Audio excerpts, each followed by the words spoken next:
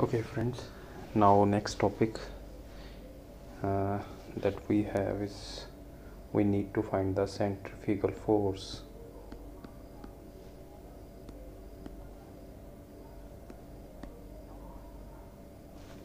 Centrifugal force or tension, okay, in case of open belt drive. Okay, so I'm going to draw the pulley, okay, and let's say I'm taking this portion, small portion of the belt PQ. Since belt is continuously running over the pulley and due to this continuous rotation, some centrifugal force will act on the belt in this direction. Okay, this is centrifugal force, and this centrifugal force, what it do, it increase the tension on the tight side as well as on the slack side. Okay, so at point T, this is the centrifugal tension in the belt. At point Q, this is the centrifugal tension in the belt. This is the center. Okay, this small portion PQ will make certain angle delta theta.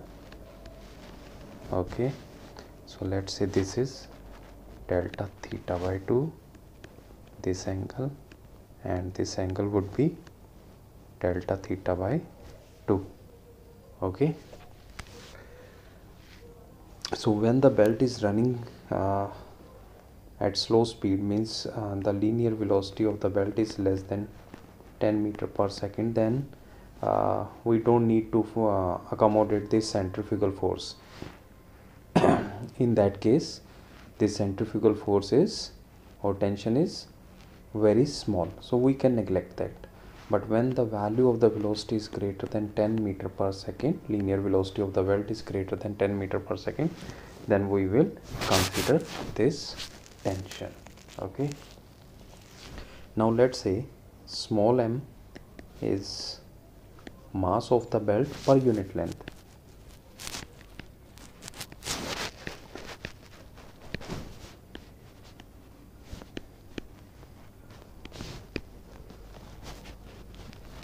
Okay, now this meaning, what does it mean exactly? Let's say I have, which consists of let's say 10 units. Okay, 1 unit, 2 unit, 3, 4, 5, 6, 7, 8, 9 and 10 units. So m is the mass for the 1 unit, so total mass of the length would be equal to, we will add up all the m for the various units, so it would be 10m, or what we can do, we can multiply the total length with the unit with the mass of the unit length. Okay, so we are exactly going to do same in this derivation. Okay, so m is the mass of the belt per unit length, and v is the linear velocity of the belt,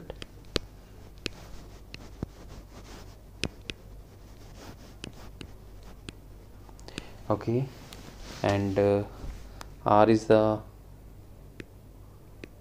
radius of the pulley, okay, and tc is the centrifugal tension.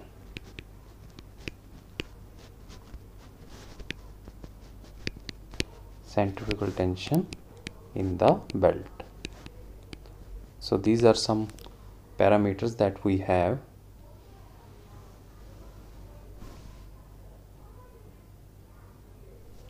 Okay, so we will draw again a diagram. Okay, so let's say this was the portion PQ. Okay, and this is TC, tension on the slack side, tension on the tight side. This is centrifugal force, this portion making certain angle delta theta by 2, delta theta by 2. Okay, and this is r. Now next step is arc length. Arc length PQ would be equal to L equal to R, radius of the pulley, and delta theta, angle subtended by this portion with the center, and then mass of this portion PQ would be equal to mass for the unit length, and length of this portion is R, let's say d theta. I am writing delta theta to d theta. Okay, now formula for the centrifugal force would be equal to mv square by r in terms of linear velocity of the belt. If you want to write in terms of angular velocity of the belt pulley, then you can write down m omega square r, but we are not required this time. Okay, so we need this formula. Okay, so Fc would be equal to, what is the value of m? M is mr d theta, mr d theta. Okay, into v square by r will cancel out each other. mv square d theta is the centrifugal force acting in negative x direction, let's say. Okay, so now what we need to do, if this is delta theta by 2, so we have to resolve this component. One is this is TC, so one component of TC here in this direction, another in vertical direction, so we'll have two component, okay, in TC.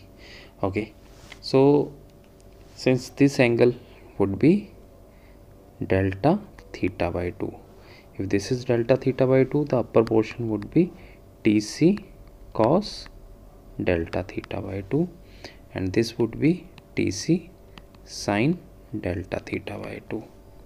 Okay, similarly we can resolve this force into the two component.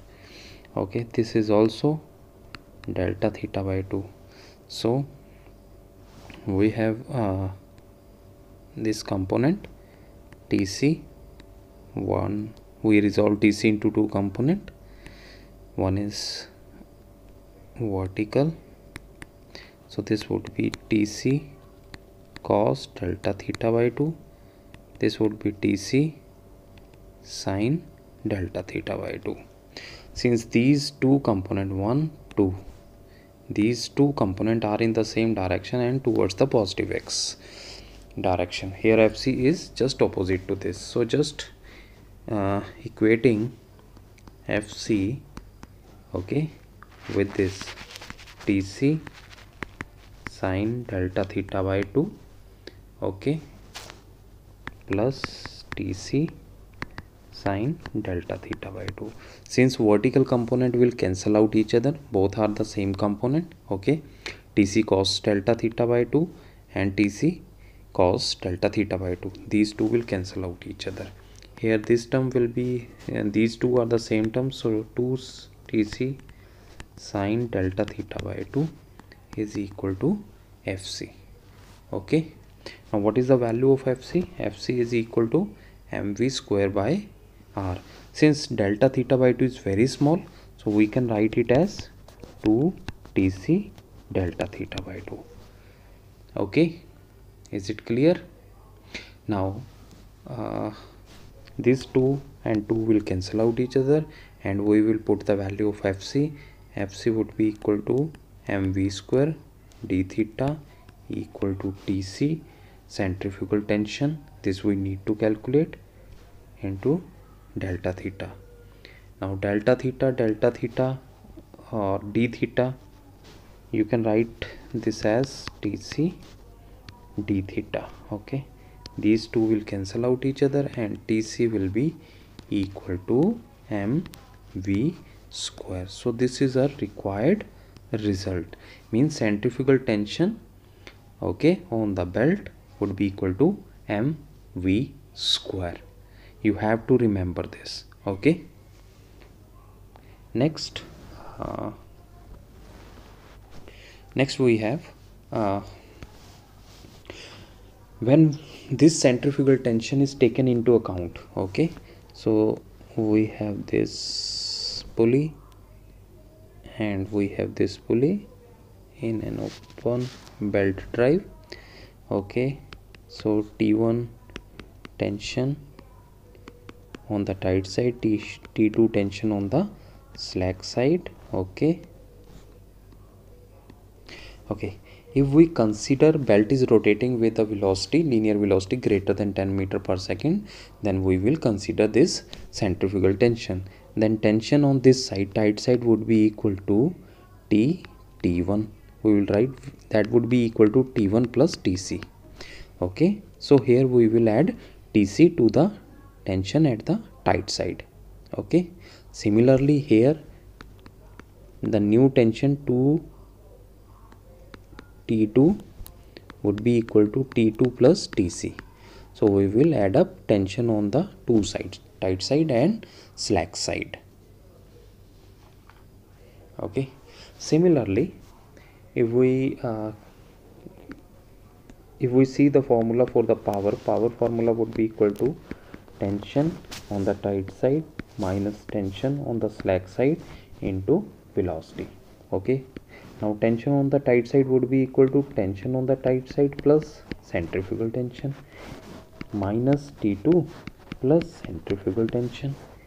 Okay, if you just open the bracket, it would be T1 plus Tc minus T2 minus Tc into V. Tc will cancel out each other. What left? We are left with the initial solution. Since there is no change in the power of the belt drive, okay, if we accommodate Tc, then power will remain same. There is no change in the power. Okay, third, the ratio of the tension means T1 by T2 equal to e raised to mu theta.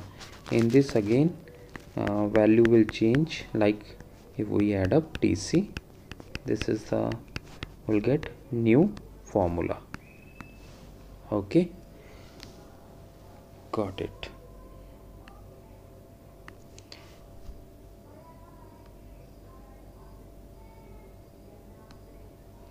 Next is the maximum tension in the belt.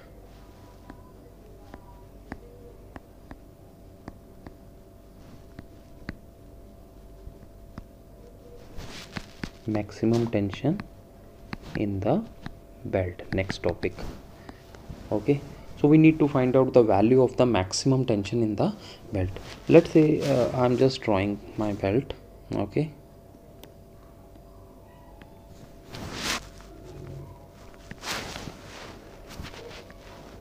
so this is my flat belt.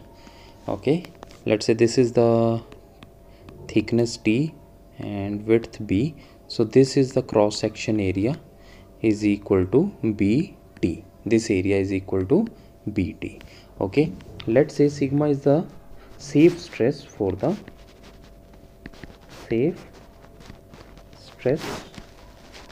belt. Means belt can be acted upon by this much stress. So stress would be equal to force per unit area. Okay, is force per unit area. Now instead of force we are taking the maximum tension in the belt upon area. So maximum tension divided by area.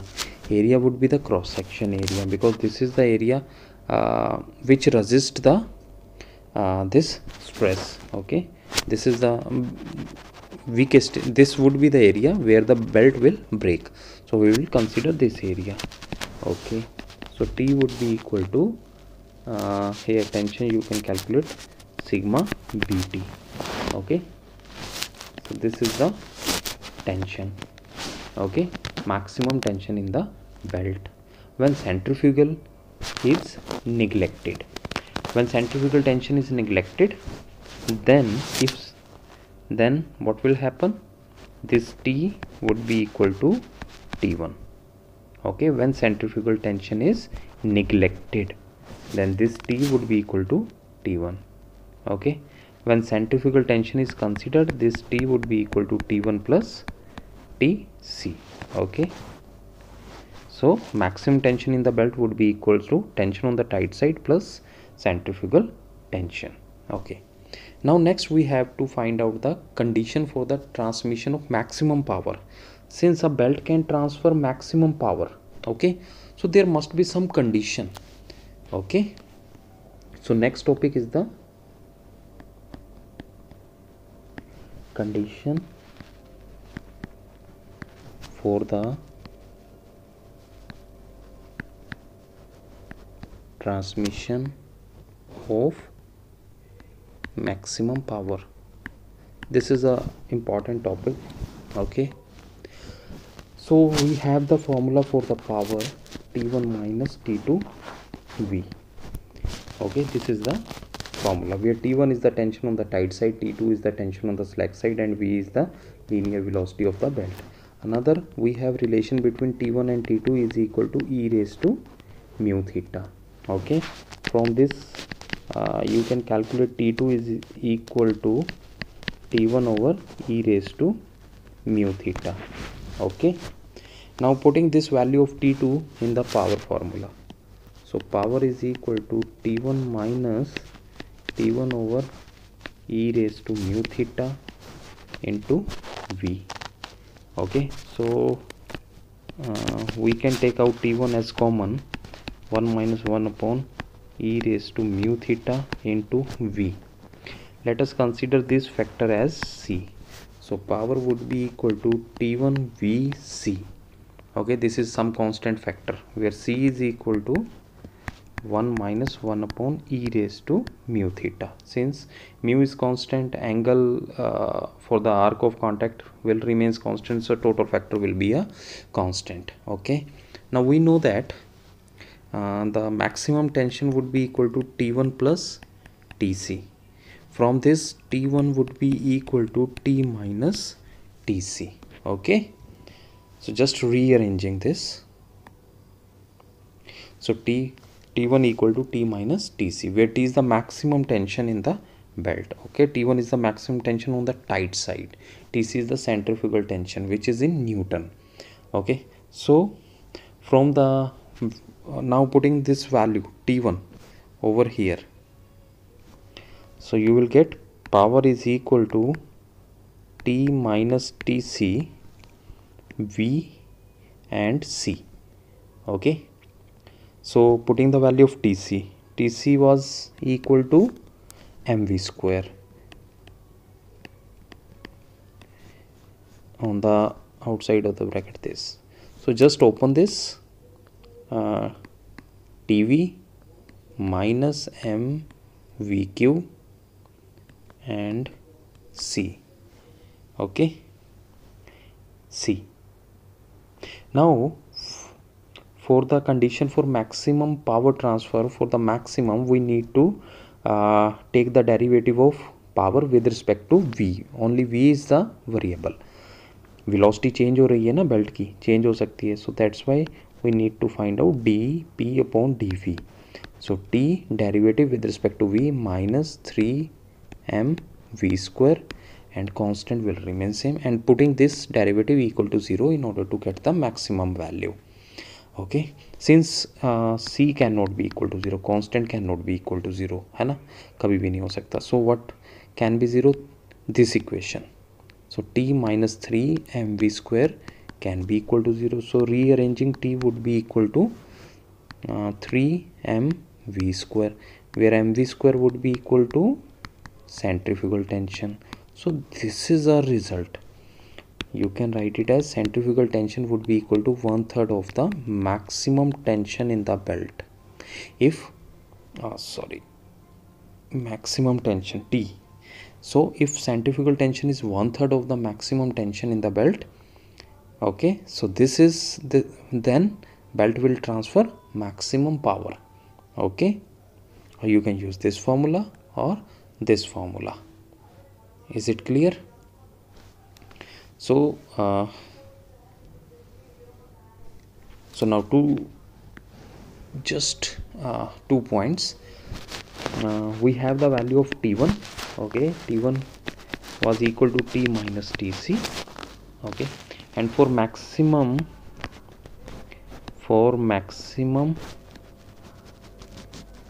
power, Tc would be equal to 1/3 of T. Okay, or we can write it as T by 3. So putting the value of Tc in this equation, T by 3, so this would be equal to, after solving, 2T by 3. So tension on the tight side should be equal to 2/3 of the, so this implies T1 would be equal to 2T by 3. So tension on the tight side should be, if tension on the tight side is equal to 2/3 of the tension, maximum tension in the belt, then this fulfill the condition for the maximum power transfer. Okay, is it clear? We have another equation that was T minus 3 mv square equal to 0 initially in the last slide. If you don't put the value this equal to Tc, you can find out the velocity of the belt for maximum power transfer.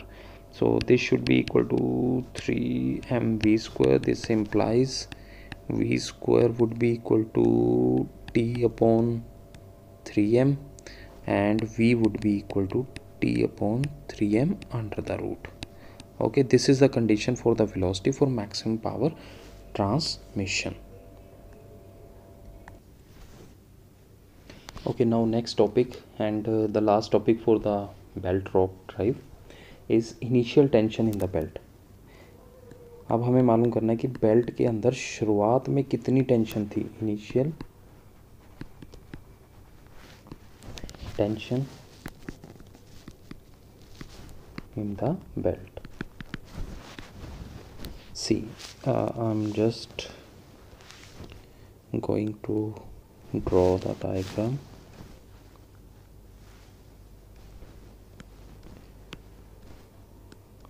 देखिए यहाँ पे tension थी T1, यहाँ पे tension थी T1, यहाँ slack side tension थी T2. मान लेते हैं ये ड्राइवर पुली है और ये ड्रिवन पुली है और ये पूरा क्लॉकवाइज रोटेट कर रहा है. होता क्या है, जब ड्राइवर पुली इसको रोटेट करती है क्लॉकवाइज, ओके, तब ये इसको खींचती है इस तरफ बेल्ट को, जिसके कारण इसके अंदर टेंशन बढ़ जाती है. मान लेते हैं बढ़ के टेंशन T1 हो जाती है. ये फाइनल टेंशन हो गई है T1 और इनिशियल टेंशन थी इसकी T0. Let's say T0 is the initial tension. अब ये इनिशियल टेंशन क्या थी, जब हमारे पास दो पुली थी, हमने बेल्ट ली, बेल्ट को उस पुली के ऊपर चढ़ा दिया, तो we need some form grip. हमें एक ग्रिप चाहिए, फ्रिक्शन का ग्रिप, ताकि ये बेल्ट इसके ऊपर घूम सके जब ड्राइवर पुली घूमती है. ओके, वो ग्रिप देने के लिए हमने उस बेल्ट को थोड़ा सा टाइट किया. तो इनिशियली जब पुली घूम नहीं रही है, when the pulley is not rotating, तब जो बेल्ट के अंदर टेंशन थी उसको बोलते हैं initial tension. Okay, T0 is the initial tension. और जब बेल्ट घूमने लगी है तो उसने यहाँ से खींचा है इसको, बेल्ट को जब खींचा है तो यहाँ पे टेंशन आ गई टाइट साइड पे. जब टेंशन आ गई तो यहाँ पे लेंथ थोड़ी सी इंक्रीज़ होगी बेल्ट की, है ना. और जब इसने इस साइड बेल्ट को डिलीवर किया तो यहाँ पे क्या है, टेंशन कम हो जाएगी, है ना. टेंशन रिड्यूस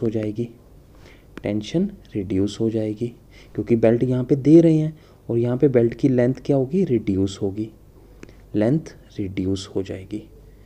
ठीक है, यहाँ पे टेंशन बढ़ेगी और लेंथ इंक्रीज़ होगी, यहाँ पे टेंशन कम होगी और लेंथ भी कम होगी.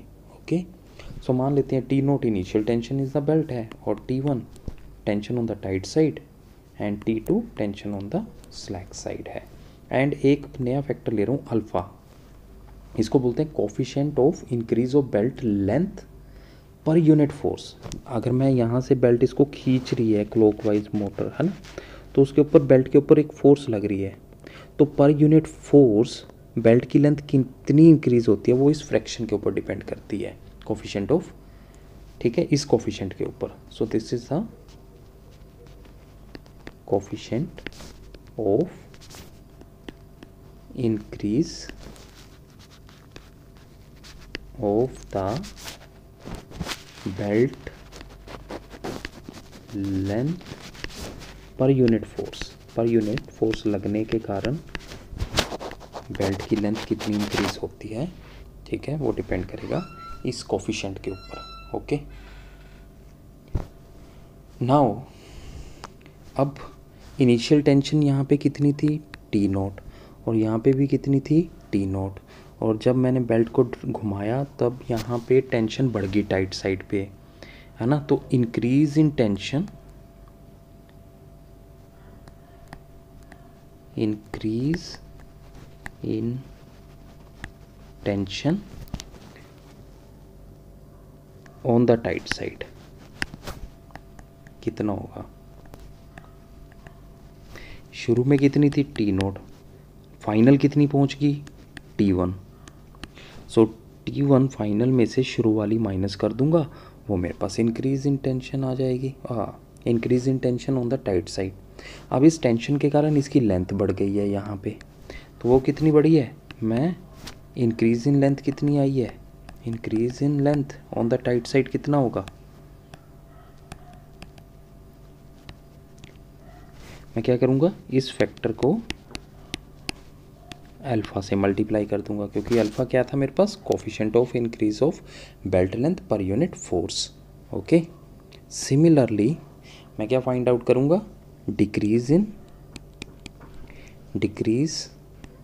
इन टेंशन ऑन स्लैक साइड, वो कितनी होगी। अब डिक्रीज इन टेंशन पता कर रहा हूँ स्लैक साइड के ऊपर, यानी टी नोट से कम हुई है टेंशन, शुरू वाली से कम हुई है, तो कितनी कम हुई है, टी नोट ज़्यादा होगी और T2 कम होगी, इतनी, इन दोनों का डिफरेंस जो भी आएगा उतनी टेंशन यहाँ पे कम हो गई है स्लैक साइड पे। अगर कम हुई है तो लेंथ कितनी रिड्यूस हुई है, लेंथ बेल्ट की कितनी रिड्यूस हुई है, alpha T note minus T2। अब आप देखोगे कि इस बेल्ट की लेंथ कहीं पे बढ़ रही है, टाइट साइड पे बढ़ रही है, और स्लैक साइड पे क्या हो रही है, रिड्यूस हो रही है, ठीक है। लेकिन बेल्ट की लेंथ कहीं गुम तो नहीं हो रही, इसका मतलब क्या है, जितनी बढ़ रही है उतनी ही रिड्यूस हो रही है। अगर जितनी बढ़ रही है उतनी रिड्यूस हो रही है, then what we will do, we will equate the two length, increase and decrease length.